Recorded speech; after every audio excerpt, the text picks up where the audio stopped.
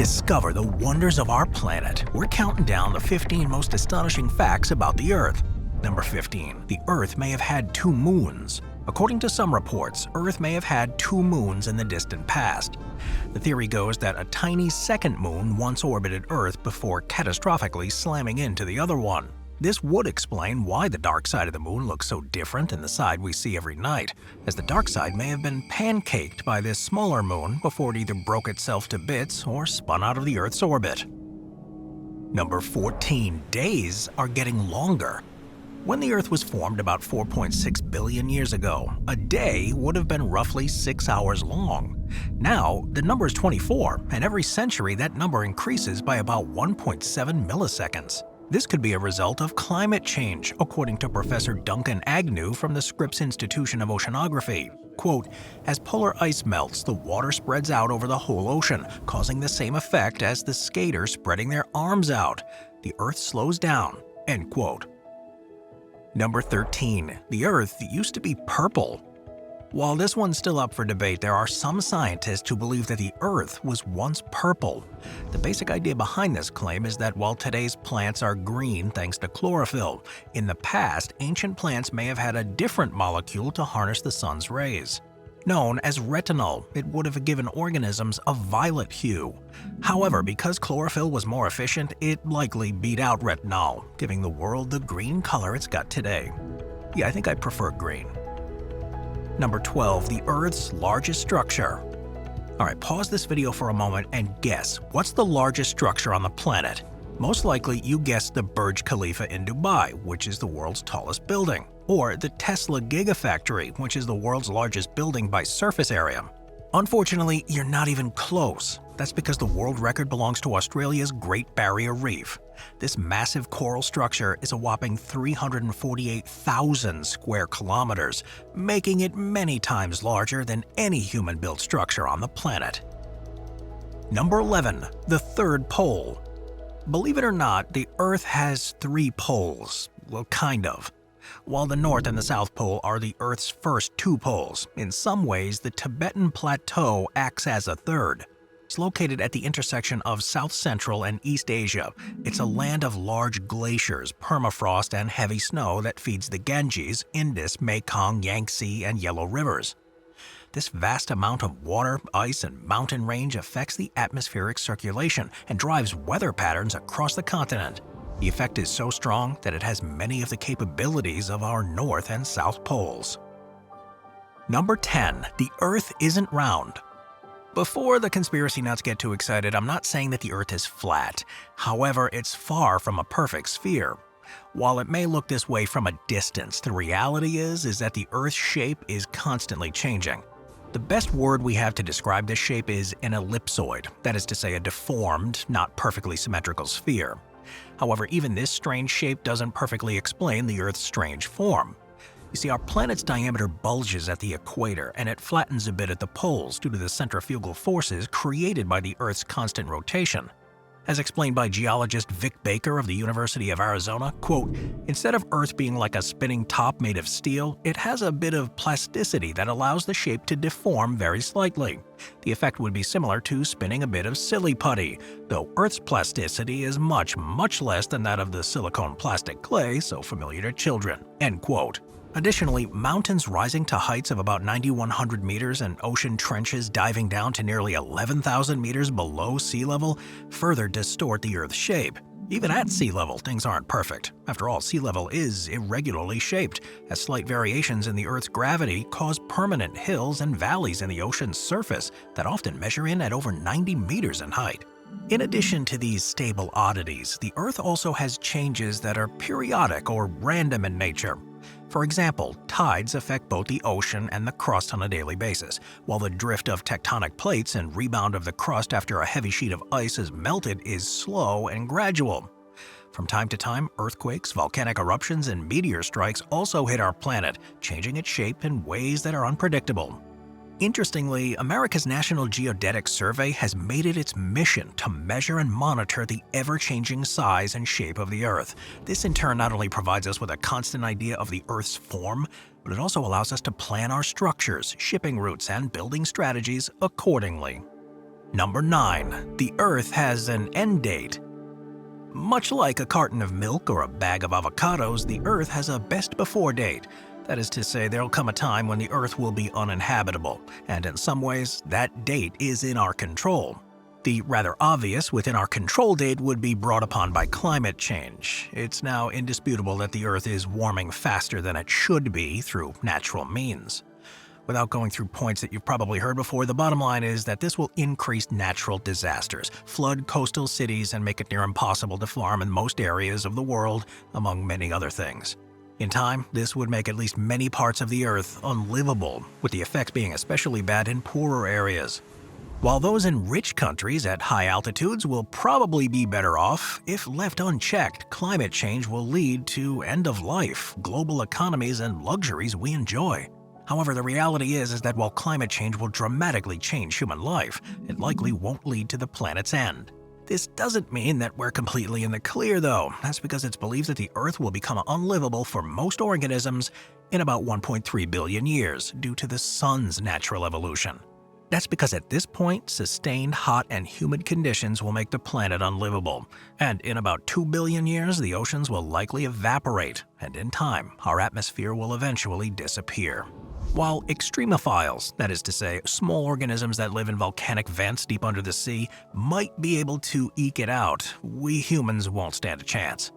However, even those extremophiles will eventually meet their demise. That's because in about 4.5 billion years, the Sun will become a large red giant that will engulf the Earth, completely destroying everything that's still left. And if that wasn't bad enough, there's still a chance that other occurrences such as nuclear wars or even asteroids hitting our planet could also end human life. So therefore, the harsh reality is that while Earth may have an end date that's billions of years away, we're probably going to be off this planet far sooner than that. Number 8. The Earth's core is as hot as the surface of the Sun. When you think of the Sun, you probably think about a hot ball that would immediately burn up anything that got too close. However, despite being so insanely hot, it turns out that our planet's core packs just as much heat. That's because it turns out that both the Earth's core and the surface of the Sun are both a little over 6,000 degrees Celsius. This leaves us with an important question. How can Earth's core be so hot without simply burning up the planet? Well, the best way to think of the Earth is like an onion. Every time you go down a certain amount of meters, you reach another layer. Starting from the top down, there's the crust, which includes the surface that we walk on. Then farther down, the mantle, which is mostly solid rock. Then, even deeper, the outer core, made of liquid iron. And finally, the inner core, made of solid iron, probably, and with a radius that's about 70% the size of the Moon's. The deeper you dive, the hotter it gets, until you reach the hottest spots at the center. Yet because of the existence of these layers, this inner heat is not able to penetrate all the way up to the planet's surface, saving us from our destruction. The Earth seemed to have picked up all this heat about 4.5 billion years ago. The first bit was inherited during our planet's formation. You see, the Earth was made from the solar nebula. This was a giant gassy cloud, and when the planets were forming, there were endless collisions and mergers between different rocks. This movement created enormous amounts of heat, and some of that heat was locked inside the Earth. The other heat source was the decay of radioactive isotopes. Distributed across the Earth, these tend to release energy underground, and along with the hot core and mantle, they provide the heat necessary to drive the motion of the Earth's plates. Now here's the crazy part. If the Earth's core had no heat, there would be no plate movement, and therefore no life. That's because without plates continuously moving, the Earth would have had a weaker atmosphere and would have been far colder than it is today. This would have in turn made human life impossible. So therefore, we owe a lot to our planet's super hot core. Moving on to number 7. The Moon is drifting away from us. 300 years ago, the famous English astronomer Edmund Halley hypothesized that the Moon was moving away from us after studying records of ancient eclipses. In the 1970s, that hypothesis was confirmed. You see, during the Apollo missions, NASA put mirrors on the Moon. Scientists then bounced laser beams off them and used the measurements to determine that the Moon was indeed moving away from the Earth at a rate of 3.8 centimeters per year. For reference, that's roughly the rate at which fingernails grow, making this change a small yet calculable one. This can be explained by the effect of the Moon's gravity on the rotating Earth. The moon is responsible for the Earth's tides, and as these are raised, they cause drag that slows the Earth's spin rate down. This resulting loss of angular momentum is compensated by the moon speeding up, and this in turn causes it to move further away. As put by astrophysicist Madeline Broom of the University of California, quote, "Since the Earth and the Moon are a part of the same gravitationally interacting system, total angular momentum must be conserved between the two. As the Earth's spin slows down thanks to tidal drag, in order for angular momentum to be conserved, something has to increase the angular momentum of this system," end quote. Well, the Moon moving further away increases that angular momentum. However, there is a small mathematical problem with this model. At the current rate of the recession, the calculation showed that the Moon must have separated from the Earth about 1.5 billion years ago, which is far more recently than the geological evidence suggests. While this may seem fatal to the entire theory, astronomers have an explanation. They argue that the recession rate must have been slower in the past. This is because phenomena like continental drift, which altered the size and depth of the oceans, must have in turn altered the amount of tidal drag. When you take this into account, this pushes the date of the separation back by several billion years, thereby putting the standard hypothesis in line with the geological evidence. Well, of course, this all leaves us with an interesting question. Will the Earth ever lose its moon? The short answer is no. In fact, calculations of the evolving Earth-Moon system tell us that in about 15 billion years, the Moon will actually stop moving away from the Earth.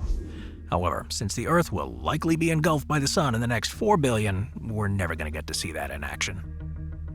Number 6. The ocean is filled with gold.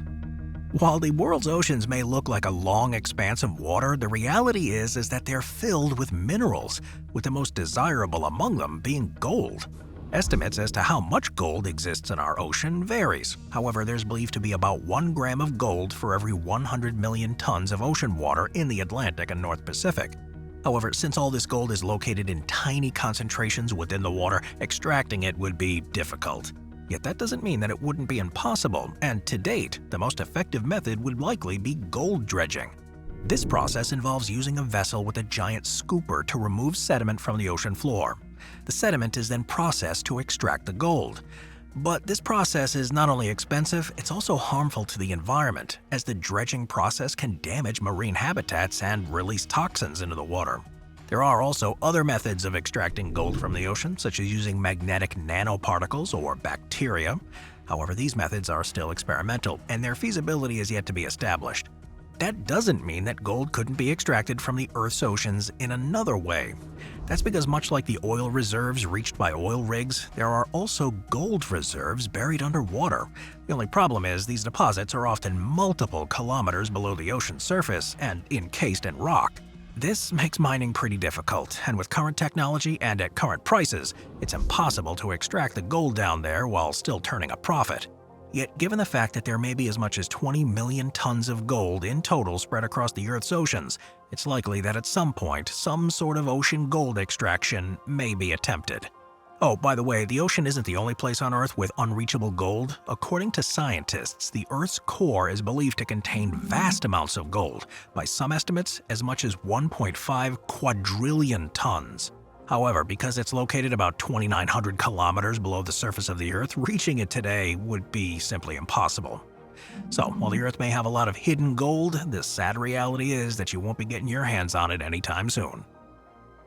Number 5. The Moon is the Earth's child.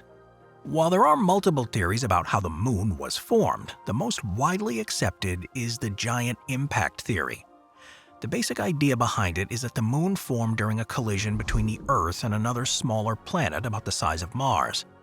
The debris from this impact collected in orbit around the Earth to form the Moon, while the impact on Earth was gradually smoothed away, allowing the Earth to maintain its roughly spherical shape. This theory is supported by the evidence brought back from NASA's Apollo program. In total, these missions brought back over a third of a ton of rock and soil from the Moon. When analyzed, researchers found that the Earth and Moon have some remarkable chemical and isotopic similarities. Now, if the Moon had been created elsewhere and was simply captured by Earth's gravity, its composition would have been very different from that of Earth.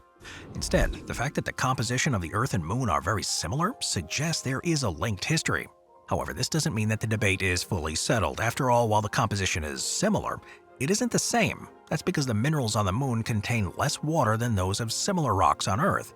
This has forced scientists to take a long, hard look at the giant impact model, and to date, the explanation for this difference may lie in the details. The most common idea now is that when the Earth and the Mars-sized planet collided, they were two similar yet not identical planets. While most of the material from the collision melted and fused to form the modern Earth, a small part of the new mass became the Moon as we know it. Since this breakaway piece may have contained more of one planet than another, this may explain the slight differences between the two planets. Well, to date, scientists have tried to create models that adjust the sizes of the two planets and the impact angles to get the nearest possible match. And that work's still ongoing. However, it is worth mentioning that there are a few other explanations for how the Moon formed. Perhaps the second most common is the capture theory. This hypothesis suggests that the Moon was a wandering body that formed elsewhere in the solar system and was captured by the Earth's gravity. Others instead subscribe to the accretion theory. This idea proposed that the Moon was created alongside the Earth at the time of the Earth's formation. There are some who even subscribe to the fission theory, which posits that at some point the Earth had been spinning so fast that some material broke away and began to orbit the planet. However, extensive debates on the subject in the 1970s and 80s have all but put those theories to rest, and today, the giant impact theory reigns supreme. Number 4. Gravity isn't uniform. Ever since the apple fell on Isaac Newton's head, the theory of gravity has been progressively developed. However, the way the force of gravity works isn't the same everywhere on Earth. That's because depending on where you're standing, the amount of gravity weighing on you will be quite different. In order to calculate these differences, we have to look at a few factors. The first is the latitudinal effect. You see, the Earth isn't perfectly round. Rather, it gets flatter the closer you get to the poles, and it bulges out the closer you get to the equator. As a result, the distance from the Earth's center to sea level is about 21 kilometers greater at the equator than it is at the poles. Now, translated into gravitational terms, you weigh 0.5% more at the poles than you do at the equator. The second factor is the rotational effect.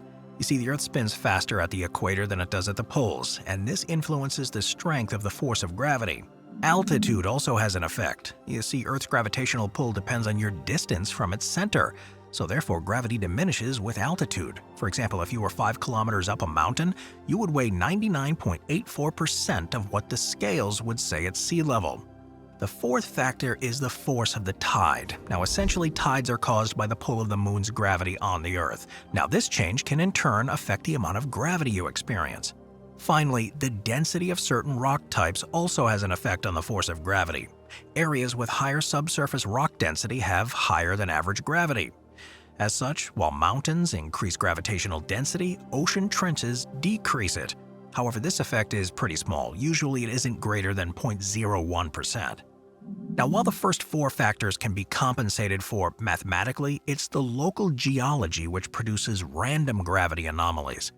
In order to visualize the impact of these anomalies, most scientists use a gravity anomaly map, named in honor of the 18th century French scientist Pierre Bouguer. It was he who discovered that a small regional variation in the Earth's gravity field could be related to the varying density of underground rocks. The Bouguer gravity maps makes it possible to see how these variations are distributed, with areas of lower gravitational pull being colored more red and areas with higher gravitational being colored more blue. Using such a map, we can see that a country like the US, even state-to-state differences are calculable.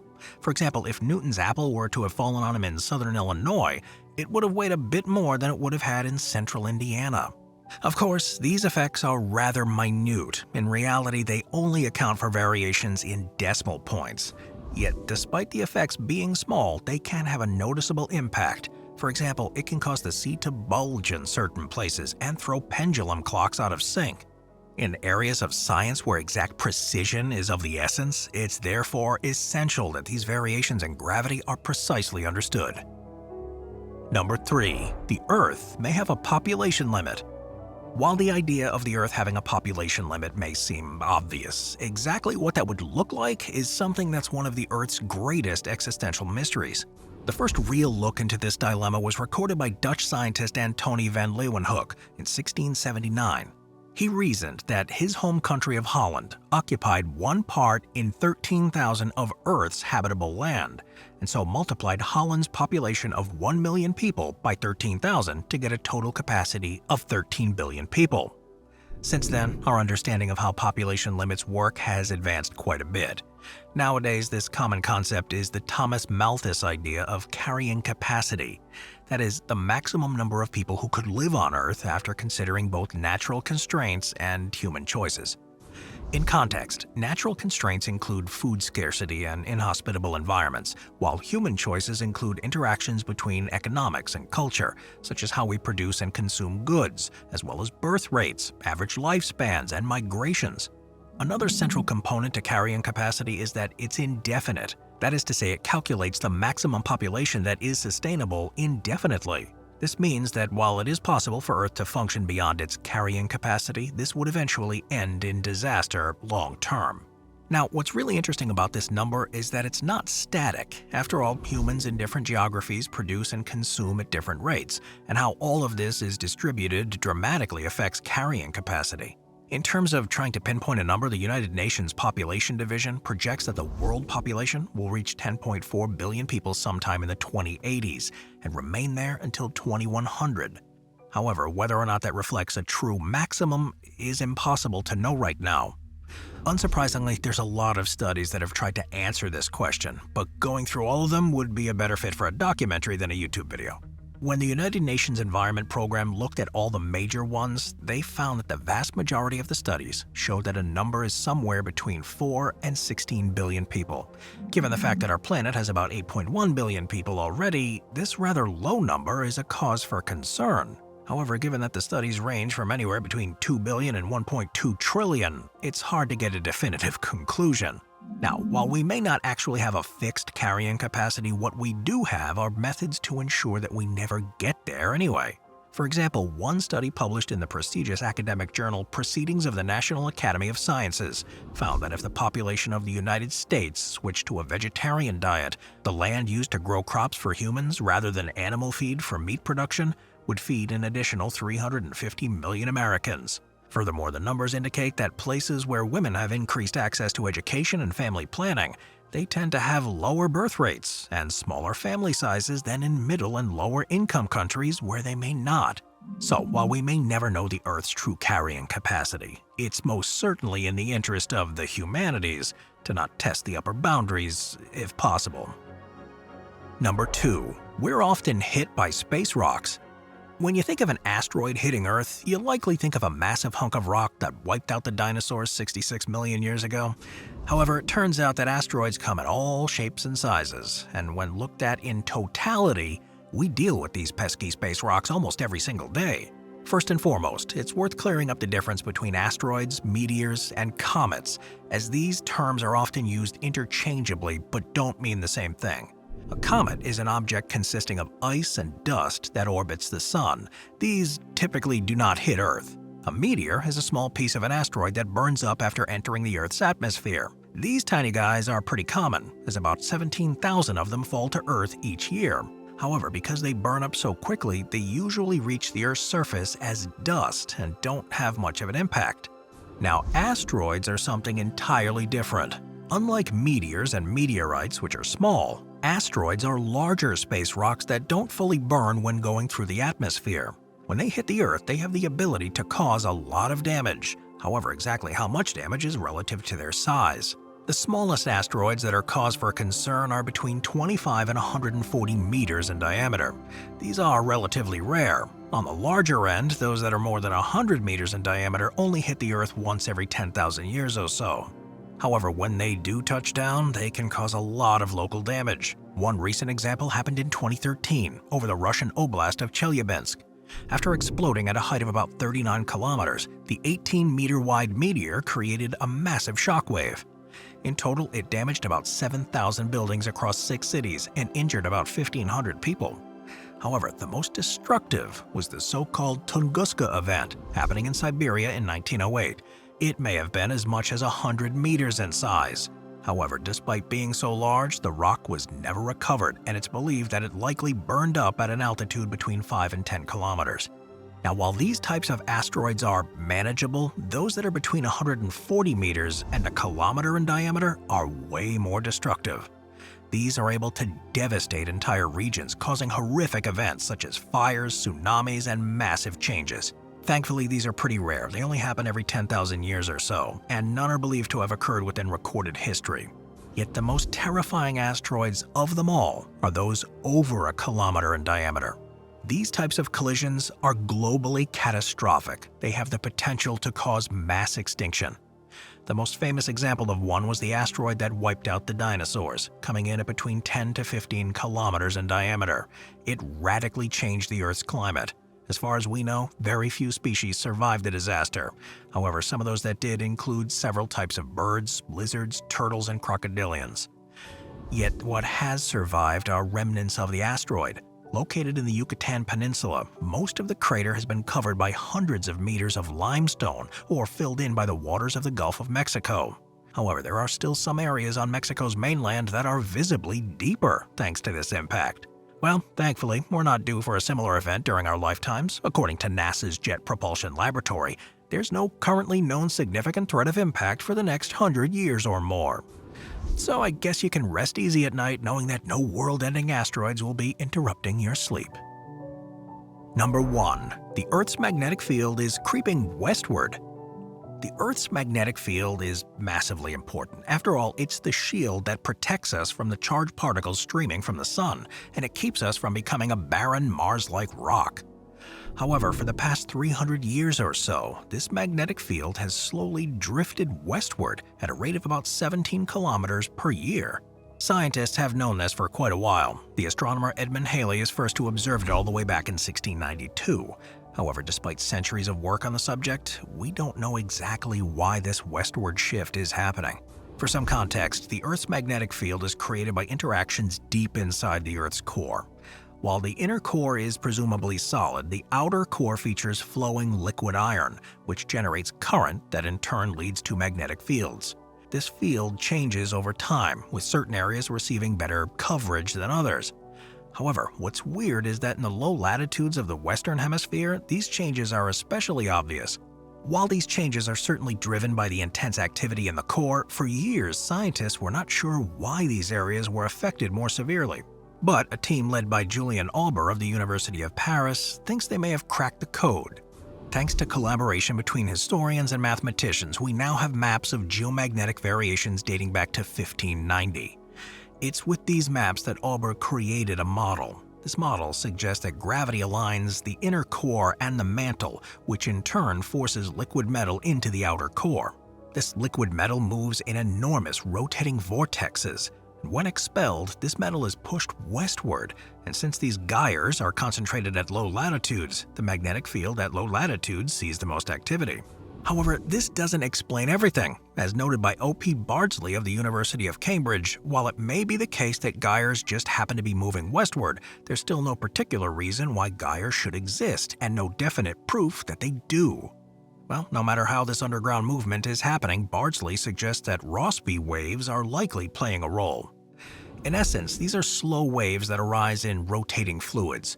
Also known as planetary waves, they're found in many large rotating bodies, including on Earth, in the oceans, and the atmosphere on Jupiter and the Sun. Since the Earth's outer core is also a rotating fluid, possibly waves circulate there too. Now, what Bardsley has observed is that while the crest of these Rossby waves tend to move east, there is a possibility that the bulk of the energy has a tendency to move westward. Those waves could in turn help explain why gyres act the way that they do. The problem with this gyre movement is that they may be creating change in our magnetic pole. More specifically, there are some scientists who believe that the North and South poles may currently be in the process of switching sides. Now, this has happened before. According to our data, the last magnetic pole reversal happened 780,000 years ago. However, the reality is that experts are split on the issue, as this movement may very well just be an anomaly. However, if the Earth's poles were to reverse, the results would be catastrophic. Animal species such as turtles, salmon, and whales that use the Earth's magnetic field for navigation during migration would likely have completely messed up travel paths, and many wouldn't survive the change. If that wasn't bad enough, the magnetic field would also become weaker during the switch, causing the planet to be bombarded with lethal particles from the sun and warming up the Earth's surface temperature. To top all this off, the charged particles would seriously disrupt our tech. Solar wind or cosmic rays colliding with electronic circuits and satellites could render them useless. So, while having a pole switch is hopefully not on the horizon, if there were to be one, it would wreak absolute havoc on us. Try to have a better day after listening to all of that. I'll see you next time. Thank you to our channel members.